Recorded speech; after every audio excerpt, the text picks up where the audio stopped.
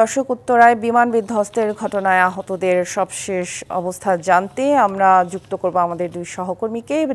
রাজধানীর জাতীয় burn and plastic surgery হাসপাতালে আছেন সহকর্মী ইকবাল অনিক এবং উত্তরার ক্রিসেন্ট হাসপাতালে আছেন আরেক সহকর্মী রাকিব হোসেন। প্রথমে অনিকের কাছে যাব। অনিক, যেই 7টি মরদেহ এখনো শনাক্ত করা যায়নি সেগুলো বাদে বাকিগুলো তো হস্তান্তর করা হয়েছে পরিবারের কাছে, সেই 7টি মরদেহের ডিএনএ পরীক্ষা কখন হবে?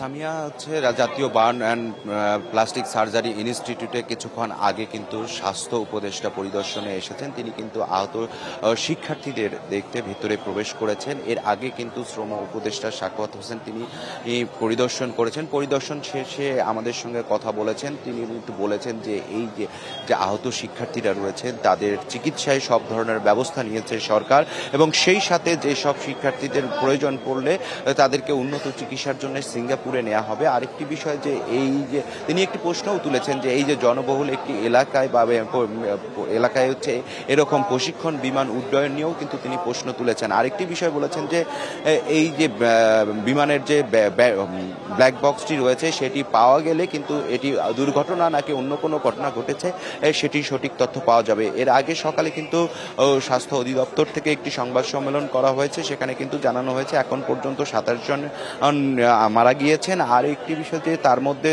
20 জনের মরদেহ হস্তান্তর করা হয়েছে। 60 জনের মরদেহের এখনো পর্যন্ত পরিচয় শনাক্ত করা যায়নি, এবং ডিএনএ পরীক্ষার পর কিন্তু তাদের এই পরিচয় নিশ্চিত হলে তাদের পরিবারের কাছে হস্তান্তর করা হবে।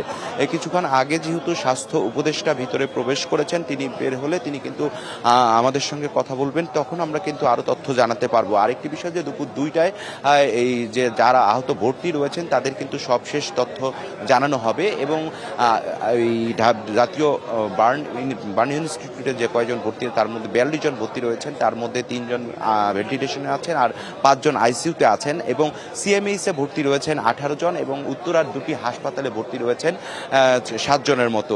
তো এই ছিল সামিয়া আমার কাছে সবশেষ তথ্য জাতীয় বার্ন ইনস্টিটিউট থেকে। অনেক ধন্যবাদ আমাদের সাথে যুক্ত হবার জন্য।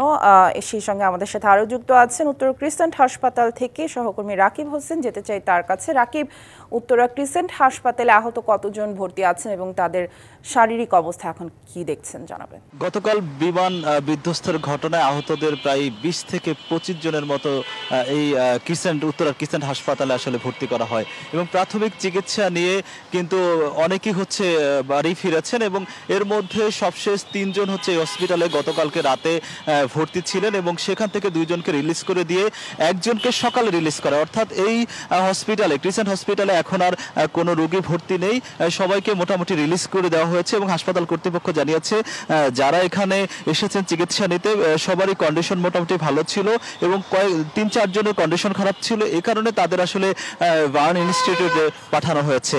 এবং আরেকটা বিষয় একটু জানিয়ে রাখি যে এই গতকালকে বিমান বিধ্বস্তের ঘটনায় যেই আহতদের মধ্যে উত্তরার হাসপাতালগুলোতে এখন পর্যন্ত মোটামুটি 7 জন ভর্তি রয়েছেন। এর ভিতরে 2-3 জনের অবস্থা পুরোপুরি আশঙ্কা মুক্ত তাদের বলতে পারছে না চিকিৎসকরা।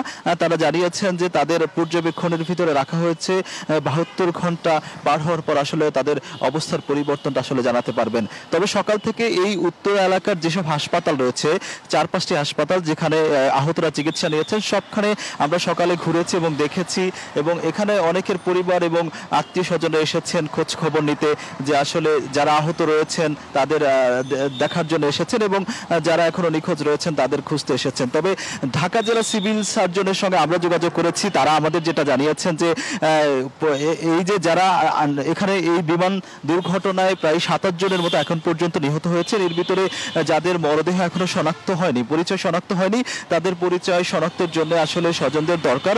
সেক্ষেত্রে আসলে যারা এখনো নিখোঁজ রয়েছেন তারা যদি সিভিল সার্জন, ঢাকা জেলা সিভিল সার্জনের সঙ্গে যোগাযোগ করেন এবং পুলিশের হটলাইনে যোগাযোগ করেন, তাহলে আসলে এই আসলে তাদের পরিচয় শনাক্ত করা সম্ভব হবে। আরেকটা বিষয় একটু জানিয়ে রাখি, এই বিমান দুর্ঘটনায় এখন পর্যন্ত আসলে 78 জন ঢাকার বিভিন্ন হাসপাতালে আসলে চিকিৎসা নিচ্ছেন।